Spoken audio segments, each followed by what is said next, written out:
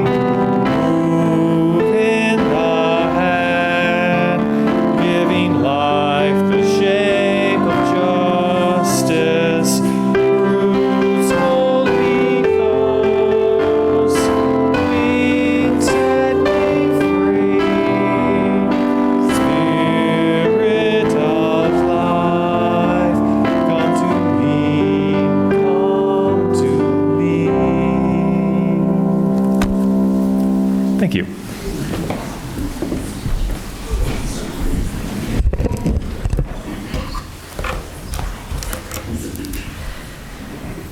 Speak, flowers, speak.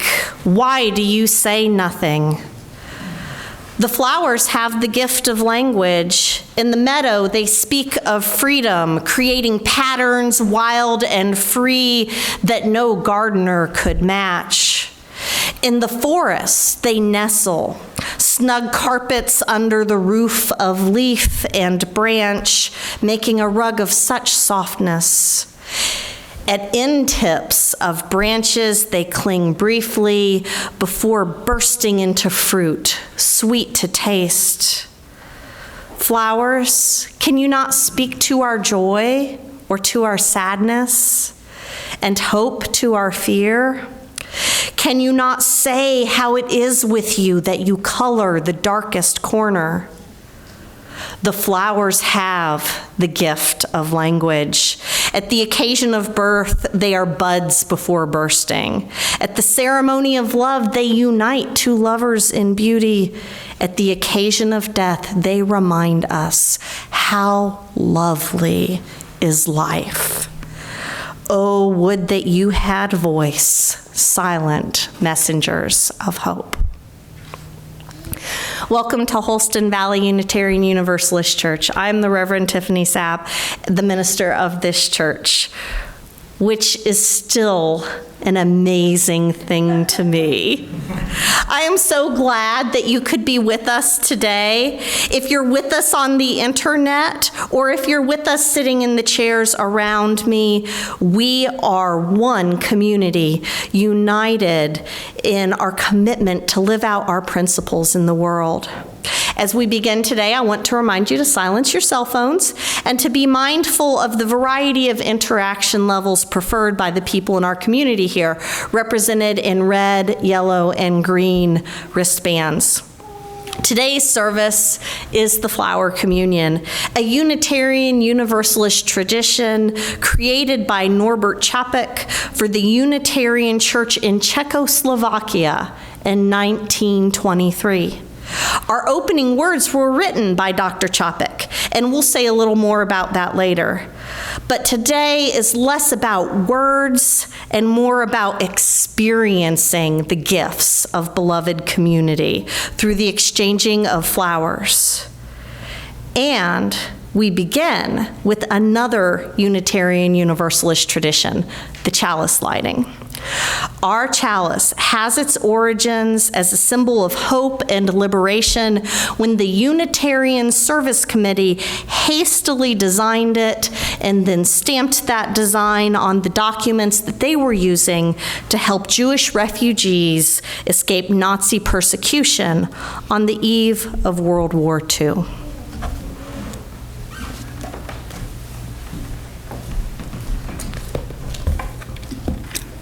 Flowers, fireworks, and chalice flames, bright red petals and incandescent sparks invite us to moments of collective awe. Invite us to remember the power of committed community. Invite us to be welcomed for our own unique beauty. We light this chalice to connect us to Unitarian Universalists of the past who call us forward into a brighter future. Good morning. I'm Beth Calvert. I'm your service leader here at Holston Valley Unitarian Universalist Church today. We welcome you. Old friends, new, young, and old, you are an essential part of our celebration today. Whether today is your first or your 1,000th Sunday with us, we are stronger because of your presence. We are one people of many beliefs, many origins, sexualities, and genders. We are all growing, all learning, all loved. Just as you are welcome here. The Unitarian Universalist Flower Communion service, which we're about to celebrate, was originated in 1923 by Norbert Čapek, founder of the modern Unitarian movement in Czechoslovakia. On the last Sunday before the summer recess of the Unitarian Church in Prague, all the children and adults participated in this colorful ritual, which gives concrete expression to the humanity-affirming posture of our movement. When the Nazis took control of Prague in 1940, they found Dr. Čapek's gospel of the inherent worth and beauty of every human person to be, as Nazi court records show, too dangerous to the Reich for him to be allowed to live. Dr. Čapek was sent to Dachau, where he would later die. This gentleman suffered a cruel death, but his message of human hope and decency lives on through his flower communion, which is widely celebrated today. It's a noble and meaning-filled ritual we are about to recreate. The service includes the original prayers of Dr. Čapek to help us remember the principles and dreams for which he died. At the first flower communion in Prague, people were asked to bring a flower of their choice, either from their gardens or from a field or a roadside. Each person was asked to place their own flower in the vase to show that it was by their own free will that they joined this community. As one vase continued a wide variety of flowers, it became a powerful symbol for a diverse and united congregation. We invite each of you to bring your flower to this center basket as a symbol of your free choice to connect to the community gathered here as a member, friend, or a very welcome visitor. If you didn't bring a flower, which is fine, we have many extras, you can choose from one of the extras located right there or right there on top of the pink tablecloth. Reverend Tiffany will offer the first flower for the many beloved members of this community who are separated from us by distance and circumstance. After that, we'll process and everyone will bring up a flower.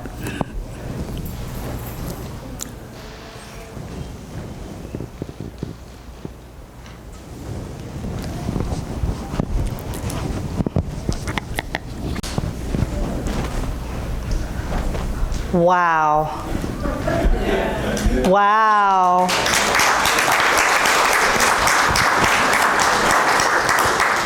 These flowers, in their beauty and their diversity, are sacred already, just as they are. The colors, the shapes, the sizes, the origins, some are in full bloom, some are a little past full bloom, some are still buds. Wow. Today, we use Dr. Chopik's words to bless these flowers, connecting us with our history of love and justice. Infinite Spirit of life, we ask thy blessing on these, thy messengers of fellowship and love. May they remind us, amid diversities of knowledge and of gifts, to be one in desire and affection and devotion to thy holy will. May they also remind us of the value of comradeship, of doing and sharing alike. May we cherish friendship as one of thy most precious gifts. May we not let awareness of another's talents discourage us or sully our relationship, but may we realize that whatever we can do, great or small, the efforts of all of us are needed to do thy work in this world.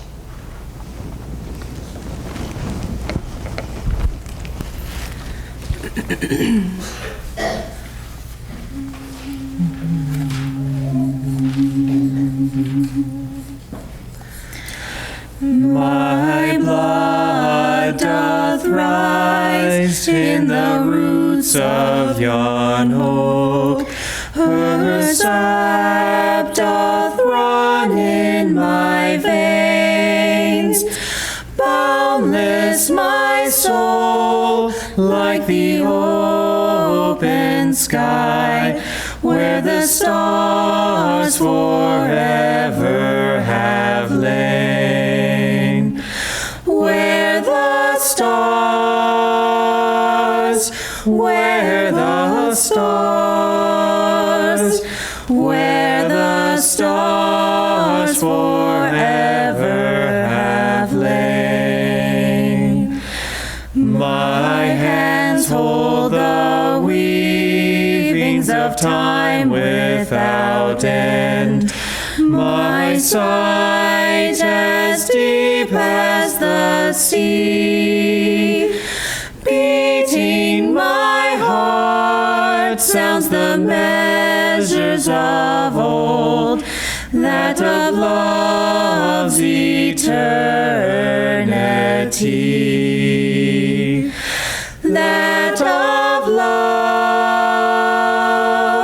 that of love, that of love's eternity.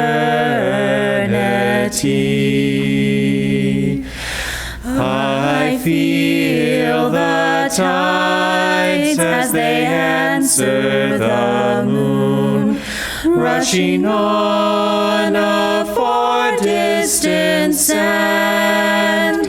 Winging my song is the wind of my breast, and my love blows over the land. And my love, and my love, and my love blows over the land. My foot carries days of the old into new. Our dreaming shows us the way. Wondrous our faith settles deep in the earth, rising green to bring a new day. Rising green, rising green, rising green to bring a new day.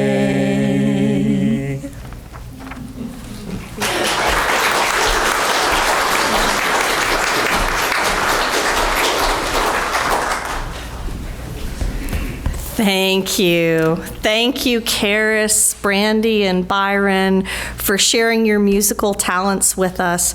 Rising Green is one of my favorite hymns, and it's written by Carolyn McDade, the same poet-musician who wrote Spirit of Life, our opening hymn. I'm so grateful for your musical gifts. Come to this community with all that you are. Your joys and your concerns are welcome here. We share our moments of joys and sorrows together using these candle cards, if you're with us in person, or by emailing me at minister@hvuuc.org with the word candle card in the subject line. Does anyone have candle cards for me today? Please make sure to indicate whether you want your message read aloud in the service, recognizing that it's still being broadcast publicly on YouTube. As we enter this time of contemplation, reflection, and prayer, my heart is heavy with the suffering of so many in this world. I'm less concerned about who or what we might pray to, but I feel that my spirit needs to express its grief and compassion and cry out for help. This morning, I woke to news of a mass shooting in Buffalo, New York, where an 18-year-old white man opened fire in a supermarket, killing 10 people. In statements online, he made it very clear that he was targeting black people and that he had been heavily influenced by racist rhetoric and the example of shooters who had perpetrated similar attacks. Our spirits cry out for the 10 people who died needlessly, 8 of them people of color. Our spirits cry out for people of color everywhere who feel unsafe. We grieve for the sickness that festers in this land, and we ask for relief. We ask for safety, protection, and comfort for vulnerable people. We ask that they find a place of safety, rest, and healing. We ask that we can be this place of safety, rest, and healing. We ask for relief. We ask that the hate cease. We ask that the poisonous lies cease. We ask that the gun violence cease. We ask that people throughout this interconnected world community find ways to bring relief to those who are suffering and find ways to stop this violence. We know this task is bigger than any of us, and so we lean upon that which connects us and ask for help, for understanding, for a way forward, and a way to heal and make this better. Our spirits also grieve for all the people who are going to be impacted by the Supreme Court changing course around reproductive freedoms. Today, we lean on our Unitarian Universalist faith that affirms that all of our bodies are sacred. We stubbornly affirm that we are each endowed with the inherent gifts of agency and conscience. We grieve for those whose own bodies are under attack, as our spirits claim once again that consent and bodily autonomy are sacred. We approach this struggle with a sense of heartache and compassion. We know what a complicated, painful, and fearful situation it can be to have to make reproductive choices, and we hold all people experiencing that struggle with love. In our heartache, we ask that we don't struggle with these things alone. We ask for the support of our community. We ask that whatever is bigger than us can hold the things for us that are too big to hold alone. And we ask that we are inspired, moved, and energized to pray with our actions. We ask that we understand our part in these pains and be imbued with a strong will that will bring healing, hope, and life to this world. We pray that we will see a way through, and we lean on that which holds us. If you want a candle to be lit for yourself, a loved one, or a situation close to your heart, I invite you to make that request by standing or by raising your hand when loving kindness plays, which will happen in just a moment. Then I will acknowledge each of you with the motion of my hand, and then you can sit down or lower your hand after I acknowledge you. And we light our first candle for you who are not in the building, but are ever in our hearts and minds.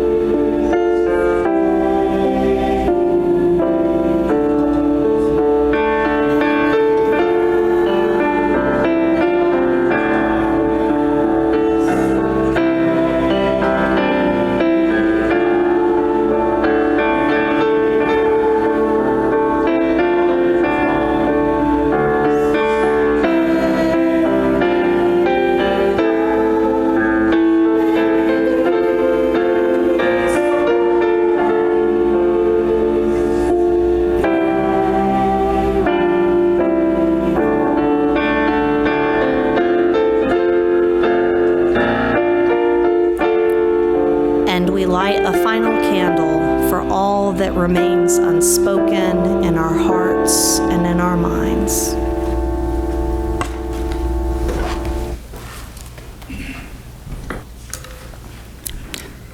Just before he was put to death at Dachau, Dr. Čapek wrote this prayer, reflecting on his own life and the state of his spirit.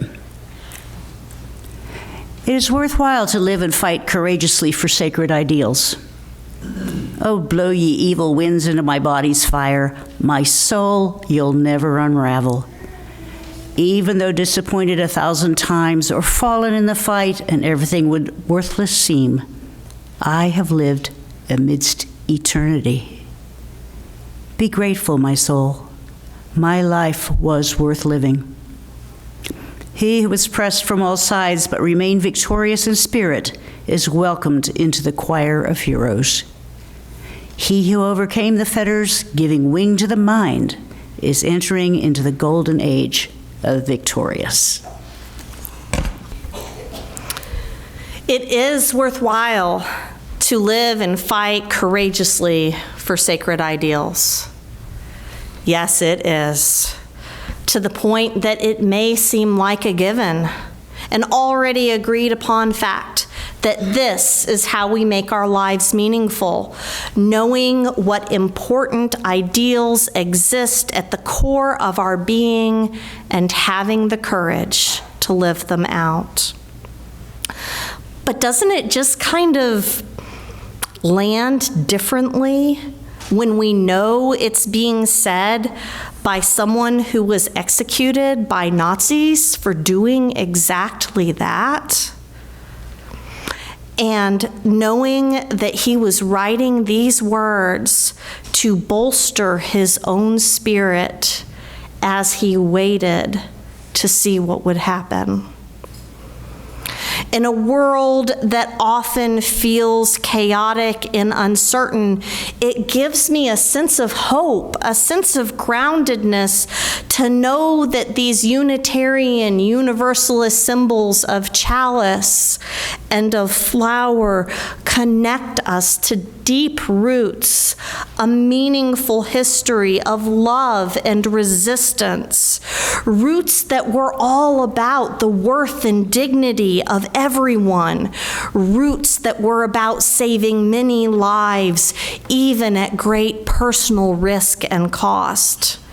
It is a very weird juxtaposition, death in a concentration camp and the gathering of beautiful flowers in celebration.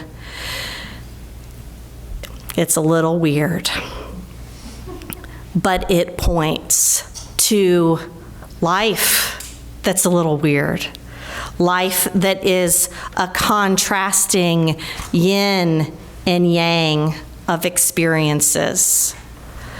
Dr. Čapek is a person who was flower petals on the outside and an iron core of will on the inside. And I think that we all have that potential to be both soft and strong.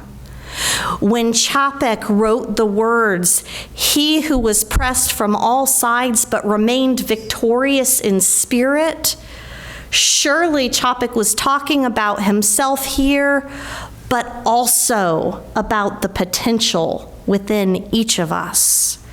Even when he felt defeated, which I know we all do sometimes, he could affirm an inner core of victory, knowing that he chose to live a life of spreading beauty and love rather than hate and pain. The flower communion that we celebrate today is part of spreading that love. In the 1920s in Prague, he saw that his congregation craved symbols of connection, but he knew that the traditional communion of the Catholic Church just brought too much baggage for too many of his people. So instead, he turned to the flowers of the field that people passed through on their way to church, and he found inspiration there. It was such a hit that it became an annual tradition. And when his wife, Maja Čapek, a minister in her own right, fled to the United States in the 1940s, she brought this celebration with her. Historian Reginald Zatoli, who has related much of this history to us, says of the flower communion, the significance of the flower communion is that no two flowers are alike, so no two people are alike, and yet each has a contribution to make. Together, the different flowers form a beautiful bouquet. Our common bouquet would not be the same without the unique addition of each individual flower. And thus it is with our church community. It would not be the same. It would not be the same without each and every one of us. This service is a statement of our community. And just look at it. Here we are in our beauty and our diversity. Is there really a better metaphor for what we are doing here together than this? Is it amazing to see this basket overflowing? Our choice to add our flower to the bouquet says that we are invested in our relationships here and the ways that we work together. Our choice to receive a flower from the bouquet in just a moment says that we will allow ourselves to be transformed by these relationships and the work we do together. All of it says we will walk together, we will share with each other, especially because of our differences and the amazing ways that we learn from each other's points of view. And if we're new or visiting, we are invited to engage with this hopeful symbol, knowing that there is a place for us here if we want it. Today, we may get our flowers from the store more often than the field, and I'm sure they didn't share their flowers with music on TV screens playing in the background. But there's also a lot that hasn't changed that makes this a timeless ritual of connection. We still seek out ways to connect within our diversity that both honors our uniqueness and our commitment to journey together. We still see the power that manipulative demagogues can have over people who lack the resources to combat these pervasive and seductive messages of violence and supremacy. And we still have the inner strength to stand for justice and to offer love and acceptance in a world that so often forgets that that's what we're here for. Come to this table and know that love and acceptance wait for you here.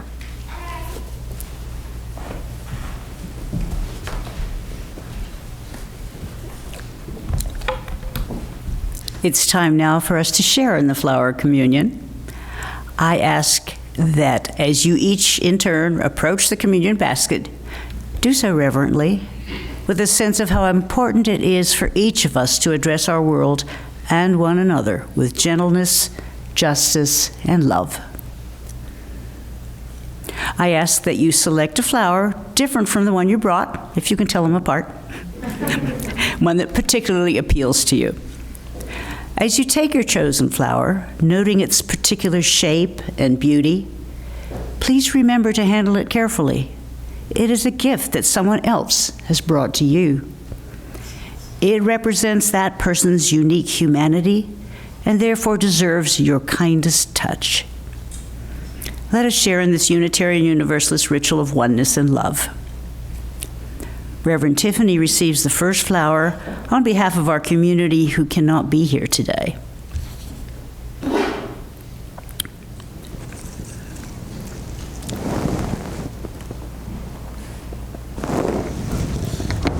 We have basked in the warmth and beauty of this flame and this community. As the chalice flame is extinguished, let us carry its glow within.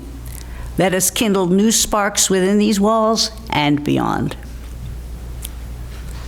We thank you sincerely and deeply and warmly for being with us here today.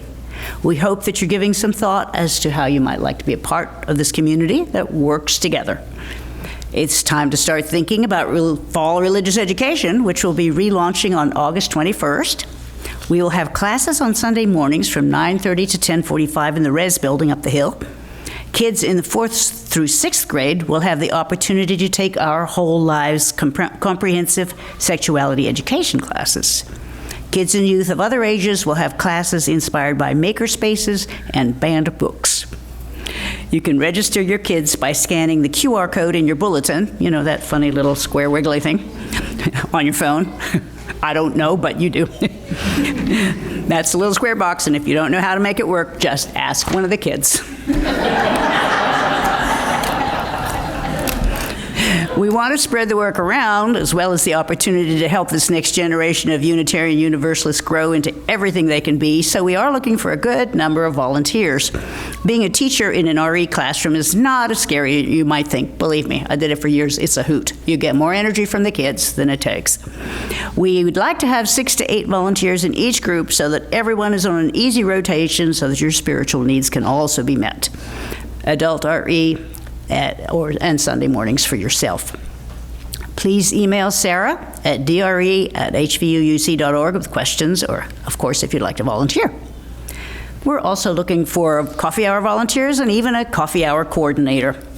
Again, try the email, membership@hvuuc.org for more information. You can learn more about the many opportunities for fellowship, justice work, and working together by visiting our website, hvuuc.org, and checking out our news and events section. Thank you for being with us today. It is such a gift to have all of you with us. And I hope you'll come back next week to hear about the 8th principle, a grassroots movement in Unitarian Universalist congregations that is pointing us toward a deeper commitment to anti-oppression work. A huge thank you to everyone who has sponsored a seat for the bus to the March on Washington. We have made our numbers.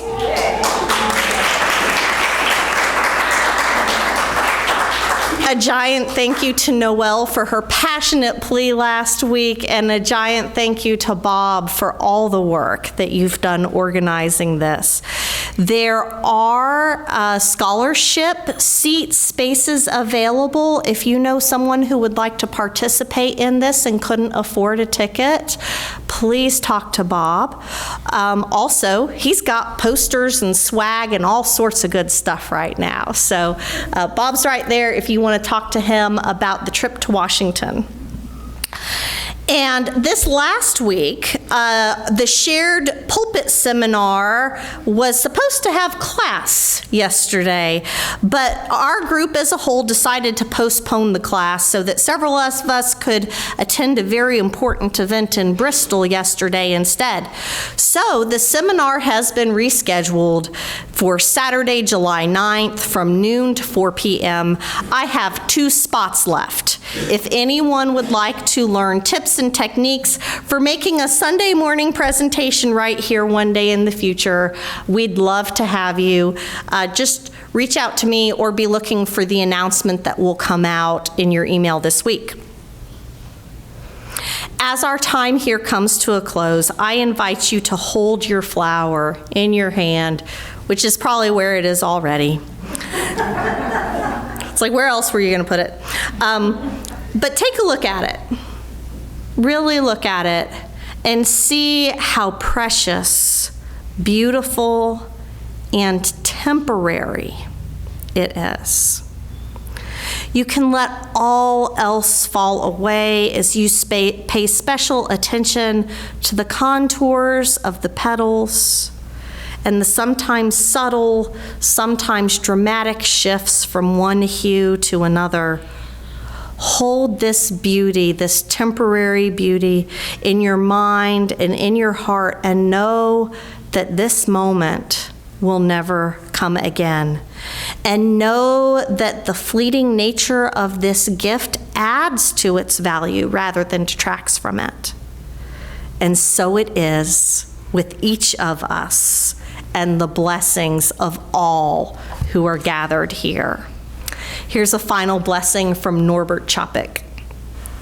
The flowers have the gift of language. In the dark depths of a death camp, they speak the light of life.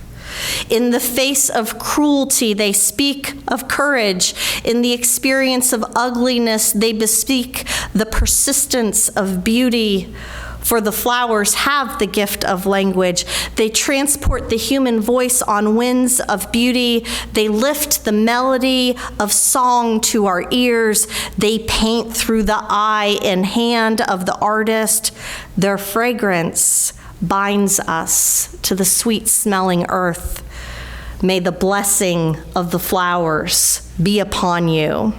May their beauty beckon to you each morning, and their loveliness lure you each day, and their tenderness caress you each night. May their delicate petals make you gentle, and their eyes make you aware, and may their stems make you sturdy, and their reaching make you care. Byron is about to come back up here and lead us in our closing hymn, and this is also when we will pass the offering plate. The contributions that you make to us during the offering supports the ways that we build each other up within this community, and also gives us the resources we need to stretch out into the wider world to make a positive impact. If you're making a pledge payment, please mark it as such, and thank you so much for your contributions. This is hymn number 131, Love Will Guide Us.